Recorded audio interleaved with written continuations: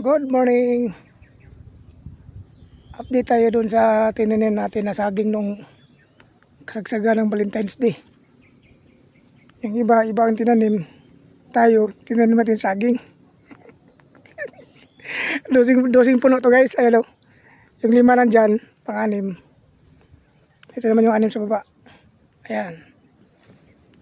Para sayang kasi yung space kaya dinagdagan ko ng saging dyan. Meron pa dito. Kailangan pang taniman ng saging dyan. Siguro kailangan ko pa ng mga 10. Pero pala sa likod. Hindi pa nalampasan. Hindi pa nalinis yung mga damo dyan. Yung may mga mahaba. Yan. Ito yung niyog natin. 2 taon kalahati ito. Yung mga niyog na to. Yan. Hindi lang sabay-sabay yung tubo nila dahil yung iba inatake ng uod, yung iba inatake ng anay. Ayan. Tapos may yung iba hindi na anuhan ng mga puno. Kaya dito banda, pinaputol ko na yung mga puno dyan. Kaya no, hindi gano'n malalaki yung mga niyog dyan dahil mayroong mga rubber tree.